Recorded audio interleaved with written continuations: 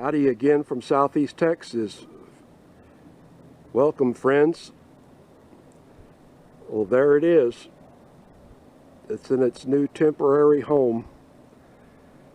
We'll have it set up here operational in a short time after making a few repairs and upgrades to it.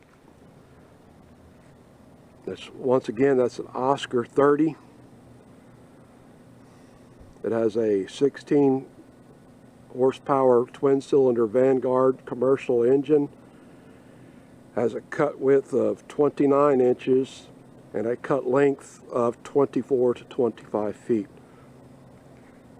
Once we get some of this stockpile cut down, we'll move it back into its permanent position and build it a proper shed and covering. Just wanted to update everyone. It's been a long time coming. It's a great day. Thanks for watching.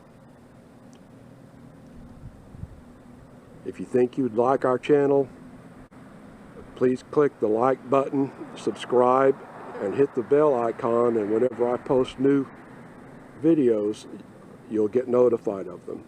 Have a great day and a wonderful 2020.